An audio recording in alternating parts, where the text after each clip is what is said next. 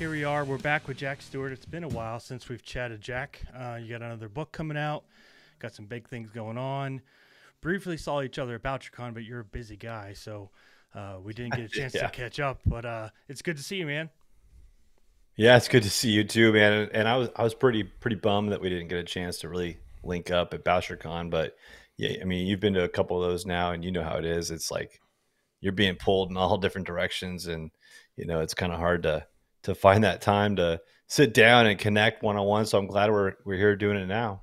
Yeah, absolutely. And you've had me busy lately. You sent me Bogey Spades. You sent me an early copy of Silent Horizons, which we're going to briefly talk about later, which is a really exciting project. Yeah. Um, to kick things off, though, I want to congratulate you first on all your success, but second, your son has had a ton of success in water polo recently. I've seen a lot of posts about that, so I just want to say congratulations to that because he Yeah. looks like he's really killing it out there. Yeah, thank you. Yeah, I'm really proud of him. I mean, I'm proud of all my kids. My oldest is a freshman at Texas A&M. He working for the football team. He was just texting me because he was at the Mississippi State game this weekend, and so he's off and running, chasing his dreams. And my daughter's a gymnast, and she's kicking butt too. But yeah, my I really love water polo, and my son is doing a really good job. He just finished up a high school season, getting ready to start club, and I just love going to those games. Now, I have to admit, I don't know really much about water polo. It looks like a combination of hockey and soccer and swimming all into Yeah, one. It looks incredibly hard. And you kind of wonder like, yeah, how hard could it be, swimming around a pool throwing a ball until you get into the pool and you just try to tread water for a few minutes. You gain a whole new yeah, for perspective on it. real. Like, I don't understand it at all, but it does look very difficult. Yeah, no, it does look like a really tough sport, and I know that I couldn't do it. He's always trying to get me to, Dad, you should play in a masters, team, and I'm like, man, I would drown. Yeah, it doesn't look. How long is a water polo match? I mean, they're less than an hour. I mean, it's about 40 minutes to an hour, but and when you go to tournaments, they're playing 2-3 games a day, and Yeah, I mean, it's exhausting. yeah. Do they sub out like in hockey and soccer and all those other sports, or is it pretty Yeah, consistent? no, they can sub out as long as they have a big enough roster. My son, I'd say this season in high school, he played almost every single minute of every single game. Hmm. Because he is one of the stronger players on the team. They've got a lot of really good other athletes on that team, but yeah, I think they kind of rely on him a little bit. So he's in every minute and kind of does the same thing with his club team because they don't have a lot of people to sub in. But it builds character. Yeah, he's killing it. I mean, just the post that you put out there, I'm like, geez, this kid, he's obviously really really good at it. Yeah, thank you. And just crushing it. Is he wanting to play it in college? He is, yeah. And that's one of the biggest reasons why he's posting videos and I'm sharing them and stuff. And he's had some interest from a couple colleges. Has an official visit scheduled for one, and we'll just keep our fingers crossed. I think I always say, dude, you're never going to go pro playing water polo, so use it to achieve your goals in life. Have fun doing it, Mm-hmm. and That's what I've that's told my son too. Like both of my oldest and my middle son um, are in a track, cross country and regular track. And I said, you're never going to go pro in that. I mean, pro is like going to the Olympics. I mean, that's yeah, a slim chances. It's not impossible, but slim chances. But use it to further your career, further your right, education, and all that. Use it as a tool, as a stepping stone, and enjoy it while you're doing it because it's not paying the bills, of course not, but it's paying dividends in another way, and that's really really important. And if it's something that you love, it's even better. absolutely, absolutely. And he definitely loves the sport, so I love watching it. Yeah, it's really cool. I've watched a couple of YouTube videos. Like I don't know how they swim because it's not like they're in the shallow end. You Yeah, can't you can't no, touch the bottom. You're no joke treading water the whole time. yeah, you are, and you're getting pulled down, and I mean, it's very. If you saw what was going on underwater, during the game, you'd be pretty impressed, by any of these kids that get in there and play. How do they even referee that? Are the referees in the water, or are they on the No, they're on sidelines? the side. They're on the side. And yeah, there's some, you can get away with some things if you're sneaky about it, and that's actually a part of the game. You know, it's a strategy in the game is how you can kind of, gain an advantage and not get called for it. Yeah, because I imagine you could do some holding underneath the water because you can't Oh yeah, necessarily see under there that well if you're a referee. So you yeah, get away with a lot of that, and which makes it even more impressive when you can score like 5 goals and 3 assists like your son has done, and go yeah, with guys swarming all over you, trying not to drown, keeping your face above water while holding yeah, this freaking volleyball looking thing that you got to throw yeah, 100 miles an hour at a goal. Like it just looks. I feel bad for the goalies because if that ball skips off the water, oh man, I mean, yeah, it looks like a missile. yeah, yeah. It really does. I mean, there's some things that I think I'm capable of doing in life, and there are some things I'm not. Playing water polo is probably not one of the things I'm capable of doing in this life, and so it always impresses me when I see, my son and his teammates and the way that they come together and play. It's pretty awesome. Yeah, hats off to those guys because man, that looks tough. Let's move into what's going on with you next. Bogey Spades is coming out. Battleborn Yeah, Book 3, November 19th. This is another big one. You've had a ton of success. Ray Porter's back doing the audio, which is incredible. He crushes it. What is it like getting ready to release a third book? you know, I keep waiting for that time when it just sort of feels, uh, kind of routine, but it it doesn't. I still kind of pinch myself a little bit that, the thing that I wanted to achieve so much a year ago, has not only happened once, but now it's getting ready to happen a third time, and then two more times next year and two times the year after. I mean, it's pretty wild. I'm busy with the logistics, trying to figure out my book tour and my stops on that. Um, You're doing a book and tour this time? I am doing a book tour. It's going to be, somewhat small, but I'm going to be launching the book on the 19th at Vroman's in Pasadena with Ray Porter. So we're going to Whoa, be in conversation. nice. Um, yeah, that's going to be incredible. I'm just looking forward to meeting him. As a fan, I'll probably ask for his autograph. Yeah, why Um, not? yeah. And then the next day I'll be at Poison Pen in Scottsdale with Steve Verzani because he's releasing his second book in the Alex Martell series. So Yep. we'll be in conversation there. The next day I'll be going to Elaine's restaurant in Alexandria, Virginia, and that's like a new stop for a lot of thriller authors these days. And then I'll be going to down to Alpine, Texas, basically in the middle of nowhere. And there's a festival there called Art Walk, and I've been invited by a bookstore, and Don Bentley will be there, and maybe a Nice. few other people. So that's what I've got set right now. I'm still talking with a bookstore here in Dallas to do something in Dallas, but it's a small tour. It's trying to be a little grassroots movement, but Oh, it's going to be dude, fun. it's still good. You're going coast to coast, hitting a stop in Texas. You can get a stop in Dallas settled up, man. That's still really awesome, man. I think that's Yeah. cool. I'm Well, pumped for you.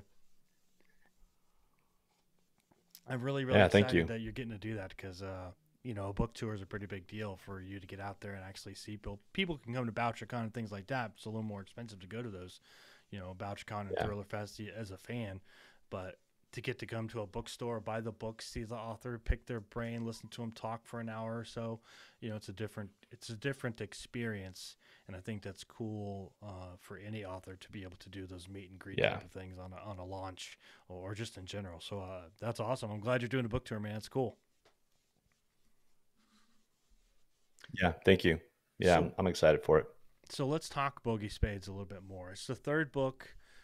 People are Okay. really latching on to Punky and Colt. I think a lot. I've seen a lot of the comments in the reviews and on your posts. People really, really like Punky. You've really got that. I don't want to say second character, but that other character in a book that people really just find themselves latching on to. What has the feedback been like for you regarding the Punky character?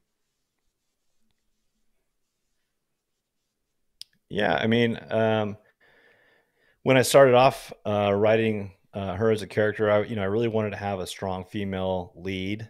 Um, and as a male author, I didn't feel that I could adequately do that without also having a male character, a male main character. And so that's kind of where I led with Colt. He's my one, and then Punky is my 1A, and I think they balance off each other, in any good relationship, but there's not a romantic dynamic there. It's a sibling dynamic. It's Right. kind of there's a constant kind of push back and forth. Um, but I've never wanted to see her as somebody that needs to be rescued or saved. She's the one who's doing the rescuing and doing the saving. And so I think people connect with that. I went to my mom's book club up in Washington State, I think 2 months ago, and had several ladies come up to me and thank me for the strong female characters I've put in my books. And I had to think about it for a second. I mean, I obviously knew Punky, but then as I started kind of looking into it and thinking, yeah, I mean, I do have some strong female characters, and I think that's important. Um, because I mean, I was raised by a strong mother, and I married a strong woman, and we've been married 20 years now. And I think that I think it's important to have to demonstrate that in my stories. Yeah, I think there's kind of a movement towards strong female leads, especially in the genres of military spy thrillers. Um, it's very Hmm. male centric. The demographics say there's a lot of male readers. Um, so I think if you can push that in there, and again, it's about the character. It's not about oh, she's a female, I'm not going to read this book. Well, Yeah. you have proven that that's wrong. Steve Yerzani has proven that that's wrong. And I think there's plenty of want in there for just good characters, regardless of what they are. And I think that's a big deal because Punky's really, really Right. exciting. And I'd love to hear what you think about the Battleborn series because it's not the Colt Bancroft series, it's the Battleborn series. So, is Hmm. there any potential for some spin-offs or some more character-centric stories that we could get into Colt or get into Punky a little bit more? Yeah, I mean, it's something that I've always thought about. I thought it would be kind of cool to do like a almost origin story for Colt. Maybe it's a prequel for Colt before he became this Yeah. hero, where he's just a normal guy, right? Or Punky, maybe some a little bit more of her backstory. So I mean, I've toyed around with that idea. I mean, I think that's great. It's always going to be an option. But right now, I've got just so many other irons in the fire that I don't have the bandwidth to do that yet, and that's okay. But as It's a long good as good people problem to want to have. read about Colton Punky, yeah, I'll write about Colton Punky.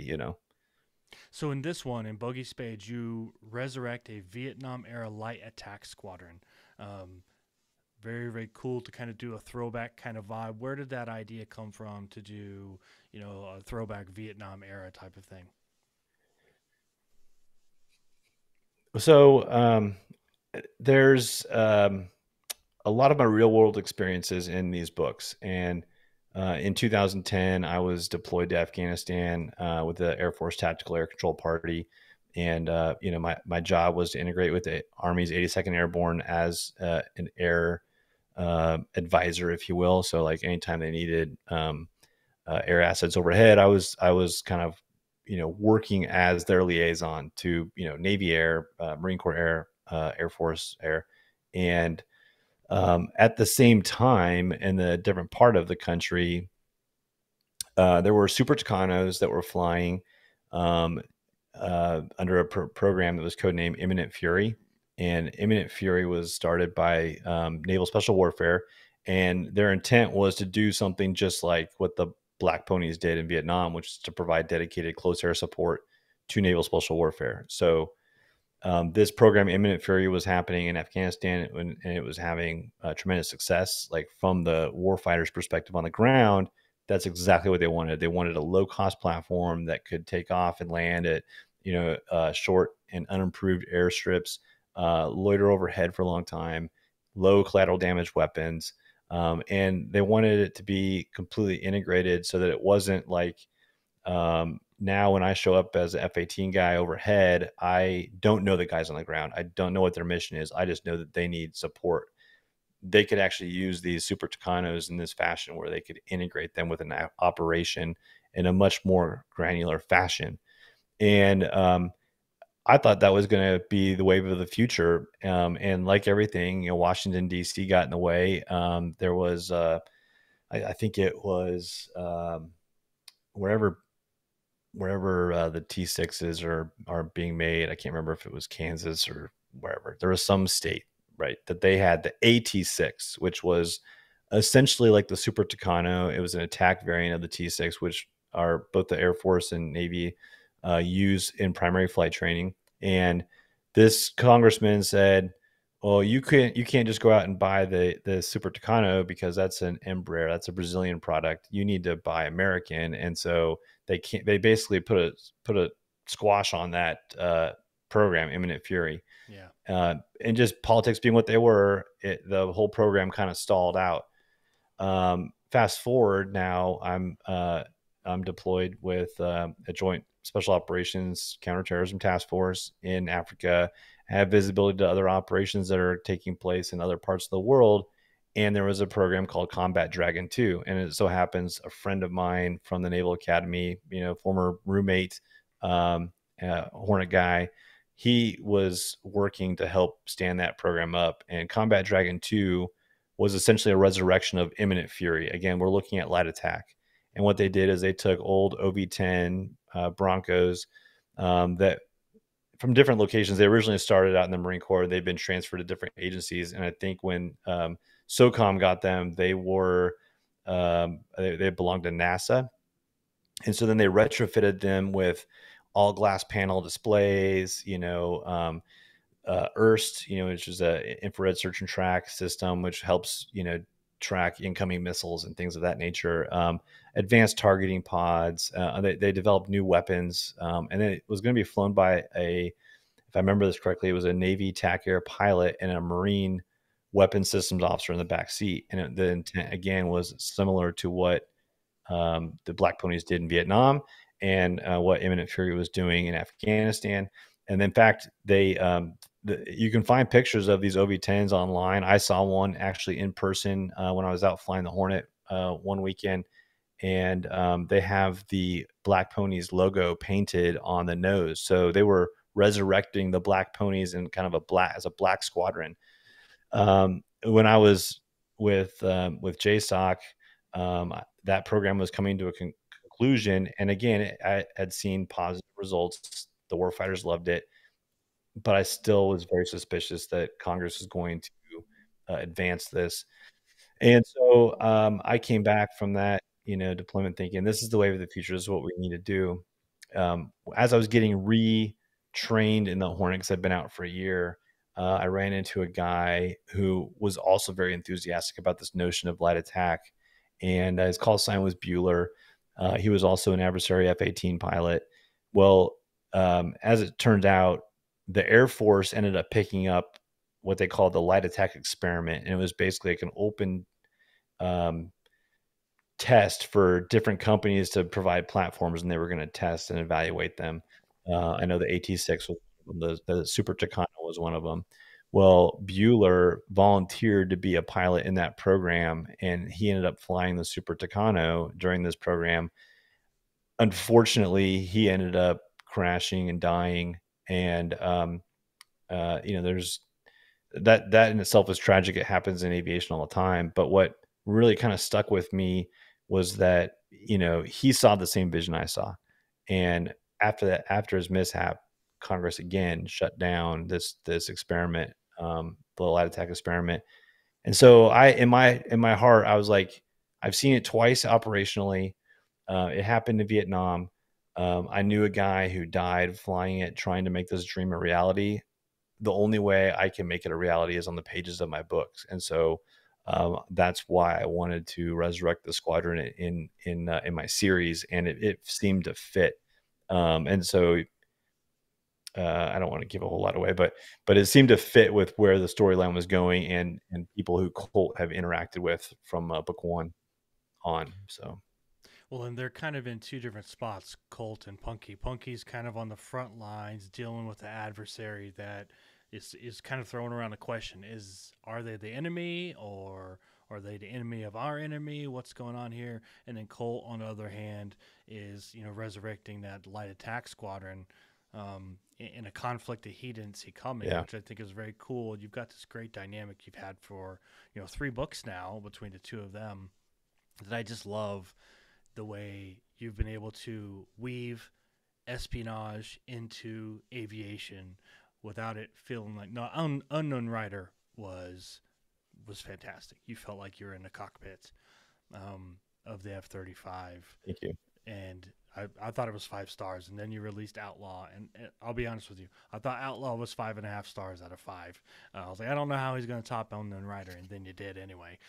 So I was like, hey, I love the carrier Thank you. stuff, the flight, the aviation. Yeah. You've done a very good job of weaving the two in there, and here you are again, doing it with Punky on the NCIS side, getting the espionage in there. Do you want to write more espionage like stuff, like all Tom Clancy kind of things? Yeah, I mean, so you mentioned earlier about how it's the Battleborn series. It's not the the Colt Bancroft series or whatever, and that's kind of how I view um, the military a little bit. Like a lot of the books that we read in this genre focus on one guy. He's the hero, right? And he does it alone. He doesn't have anyone supporting him. That doesn't happen in the real world. No. Like as a F-18 pilot, I can't take off and accomplish my mission without people putting fuel in the jets, people putting bombs on the jets, without the guys who take care of my flight equipment, um, without the people that help, plan the missions in terms of intelligence, with, Mm-hmm. meteorology for the weather. I mean, there's so much that goes on to before I even get into the aircraft, right? And so, uh, one of the things that I, and looking at this series, wanted to do is to kind of show that there's an action component. Sure, there's stuff that's happening, but I wanted to show what was going on behind the scenes a little bit. I wanted to show about kind of the shadowy things that are happening behind the scenes before you get to that spot, before you actually put, bombs on target and boots on the ground or whatever. There is a lot of stuff that has to happen behind the scenes, and that I've always found intriguing. For instance, I remember flying a mission one time and getting intelligence about a certain target. I'm like, how in the world do we get this intelligence? Like I Yeah. wanted to know, like, did it come from electronic means? Did it come from signals intercepts? Was there a person on the ground? You know what I mean? Like Yeah. that's what fascinates me. So true straight spy stories. I'm not going to try to compete with David McCluskey and I.S. Barry. I'm not in that. I'm not even on their level when it comes to that. But in the same token, I don't think that they're going to end up trying to write about operations around an aircraft carrier.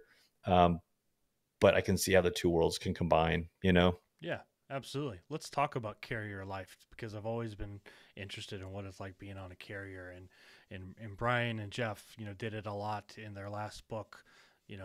Active Defiance. They really got into the Navy, which I thought was just incredible, and the research they did and the way they shouted out the Navy. Hmm. Um, what is carrier life like for you as a pilot being on a carrier? Carriers are huge already, but it's not like Yeah. you're living in a suite. The confines are a little smaller. It's not a vacation.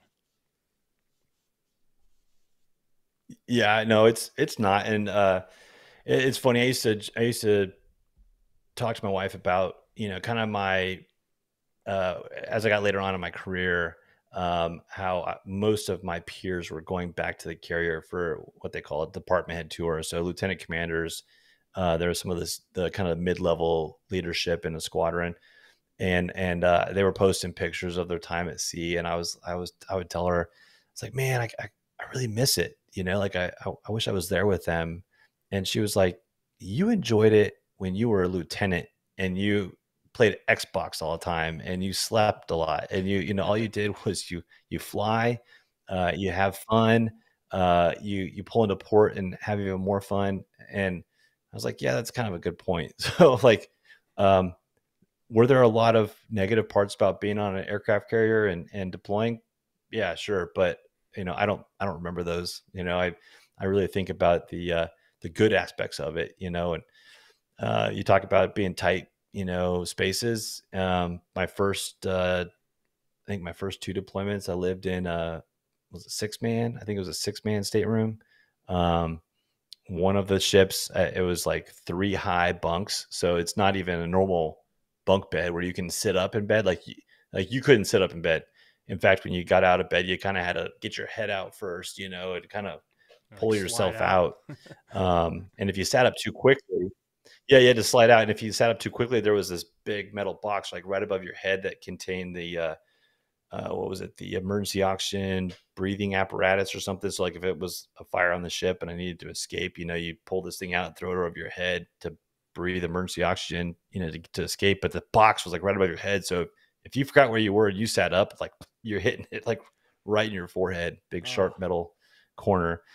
Um, but then my last deployment, I was in a 2 man stateroom, and it was a much more luxurious experience. I could sit up in bed. I had a lot more room, only one roommate to worry about. So when he was flying and I was still on the ship, I almost felt like I had my own place. um so it was all right. It was all right. what's a swim call? I learned about that today. I saw a video, I think it was on Instagram or something, about a swim call, and the Navy does swim calls. Tell us what that is.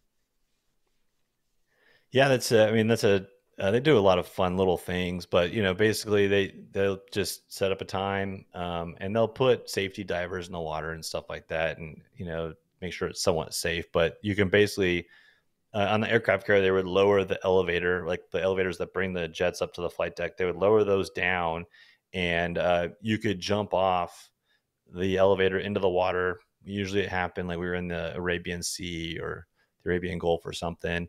And you could swim for a little bit and then swim back to the ship and climb a rope ladder or a net, and get back up.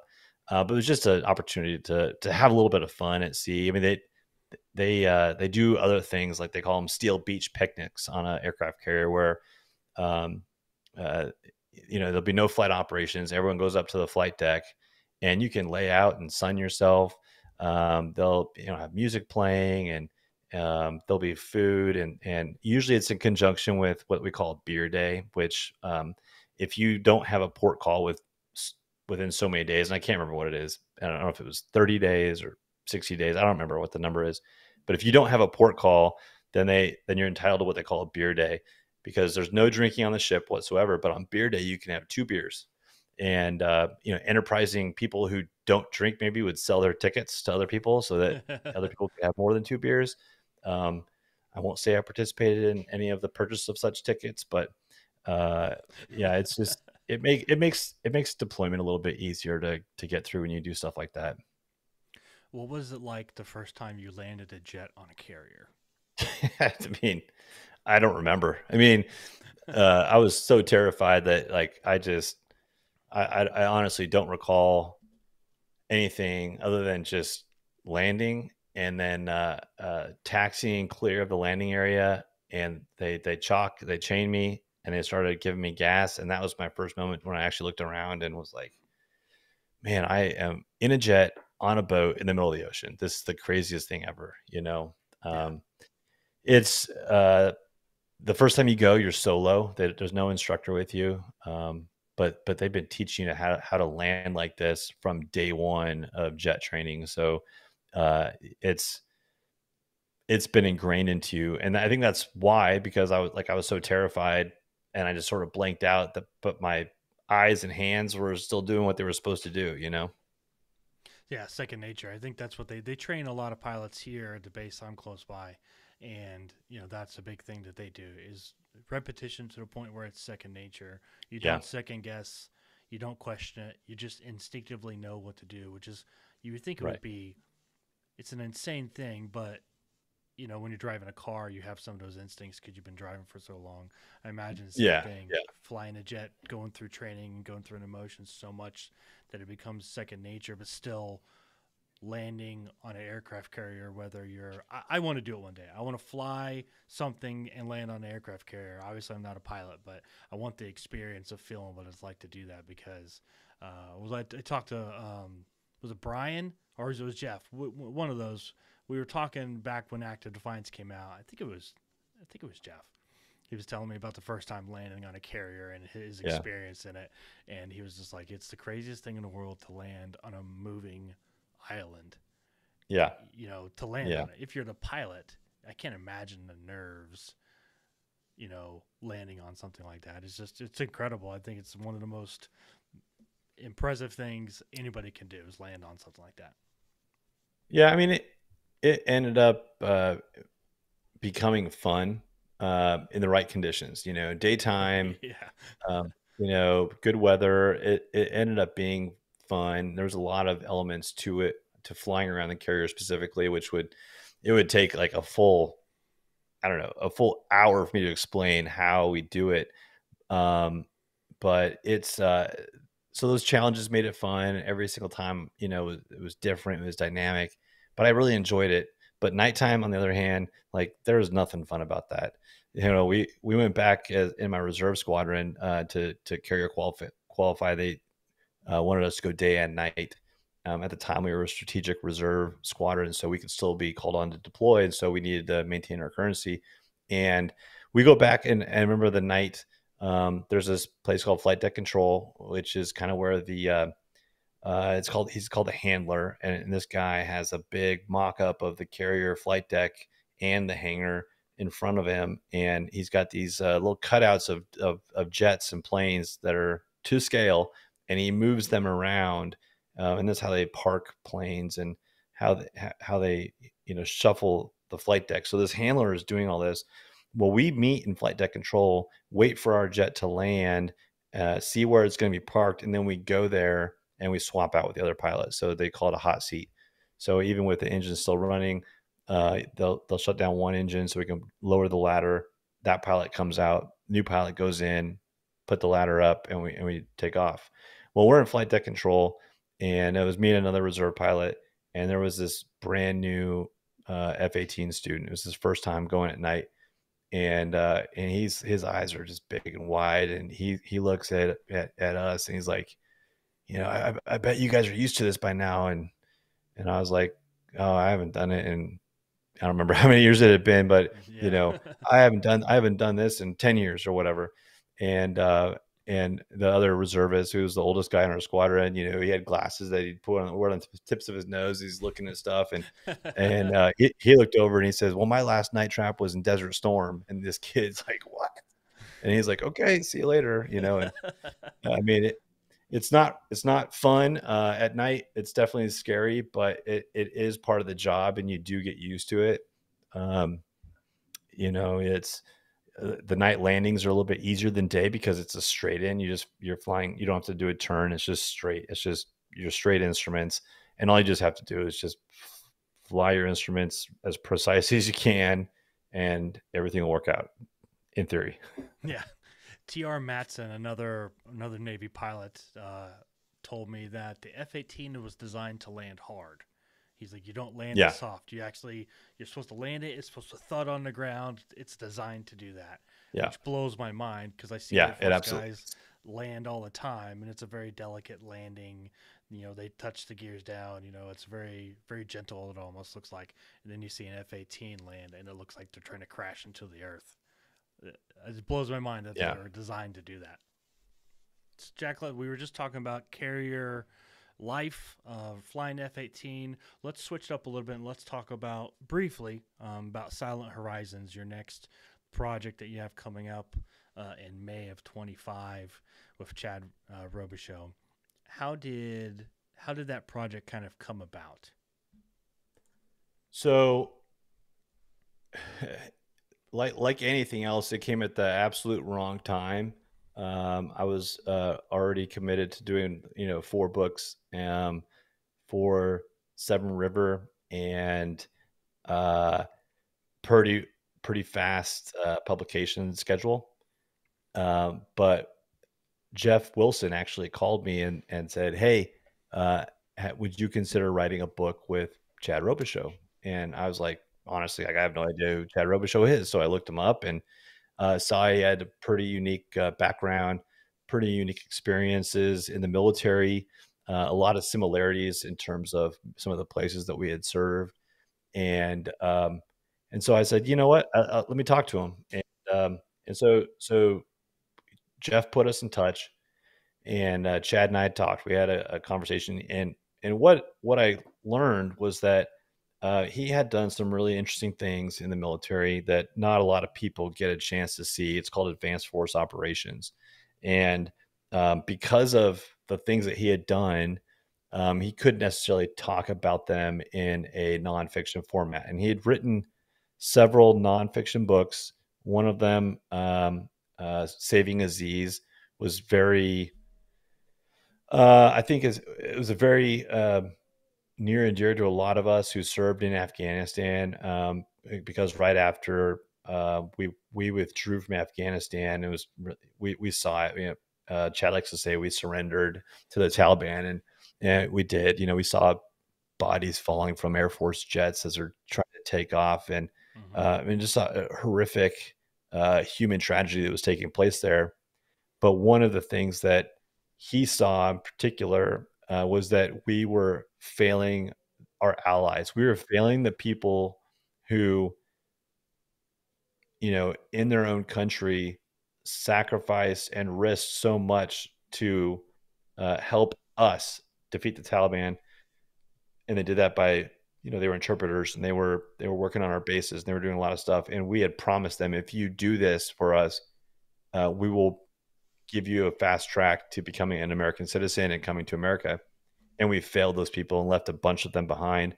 And so Chad raised money with, Glenn Beck helped out a lot. Had guys like Tim Kennedy and a few other special operations types, and decided they were going to do something about it. If our military wasn't going to do anything about it, if our State Department wasn't going to do anything about it, he was. And that's what, when if you get to know Chad, that's what you'll learn about him, is that he doesn't care about the politics of things. He cares about helping people. He doesn't care like who's in the right and who's in the wrong in Ukraine, Russia conflict. Um, Even though he has a personal opinion, he just wants to help the people. And so he went over there to Afghanistan to save his interpreter and his family, and ended up saving 17,000 people from the Taliban. So he wrote a book called Saving Aziz, kind of documenting not just what he did, but what his team and everybody that he had assembled were able to do. And and it was a bestseller, and it really spoke to me. And so he wanted to write a fiction series based on some of the stuff he did prior to that, when he was still, actively serving. And I was beginning of my career. I told him, like, I'm not interested in being a ghostwriter. If we're going to do this, I want to be a co-author. I want to work with you on this. I don't want to just be the guy behind the scenes, which, is kind of important given the topic of the book. The topic of the book is about a person who is behind the scenes, who is doing things, before the actual operators get on the objective. So advanced force operations, just for those that aren't familiar with it, it's where one person will go into an environment and undercover, fake name, fake identity, um, and act like just a normal Joe, right? Like they are running a legitimate business, but in addition to doing that, they are setting up the logistics and infrastructure needed for those operators when they get on the ground to accomplish a mission. And so that's what he did in different places for this command. And so after talking with each other for about an hour, we kind of realized we have a lot of the same goals. Um, and beyond just exposing this aspect of military or this aspect of special operations, the thing that we both believed in strongly was in speaking to people who may have uh, experiences in the military or in life that have resulted in PTSD, and maybe some of the impacts that that has on their personal lives and their marriages, and their families, how they interact with their friends.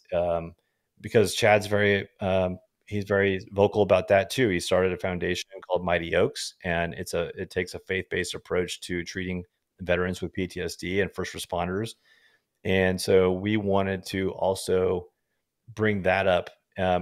There's a trope, I think, right now in military thrillers, especially, of the broken veteran. You know, the guy that's got PTSD, and he either ends up being an enemy, the bad guy in the book, because his mind's all messed up and he does some crazy things. He may end up being the hero, but he's like a broken hero. Mm-hmm. And I know this is kind of a really long answer, but I've been in a critique group through the International Thriller Writers, and one of the people in that group shared with us a scene where it talked about, you know, that trope, that veteran with PTSD who's kind of this broken character. And, as somebody that has been diagnosed with PTSD, who has been treated for PTSD, who continues to struggle with certain aspects of it, in my own personal life, I was able to kind of say, hey, look, that's a stereotype that maybe you don't really want to touch, because number one, you don't know what you're talking about. You haven't lived it. And it's offensive, really. I mean, because it's a real thing. And so after Chad and I talked and agreed that a lot of these underlying things we want to include in the story, it just happened naturally. I mean, our story idea, just flowed out there, and it's a really enjoyable process working with Chad. It's been a really fun series to write. We've completed the first two books, so the second one in the Wow. series that'll come out in 2026 is done as well. It's a really enjoyable series, but most importantly, I hope it speaks to a lot of people. Maybe people that are dealing with something and don't really want to seek help, but maybe this is a way of kind of introducing them to like what Chad and does through Mighty Oaks. Yeah, just reading through. I'm about halfway through it right now, and man, it spoke to me. It had me, a little choked up at times. I think you guys did a really smooth job of introducing the concepts and kind of pulling back the curtain a little bit, and just feeling, kind of putting out there that alone feeling that sometimes, we as veterans have when we question what's next, and we go through a rush of emotions when it coming off of the job.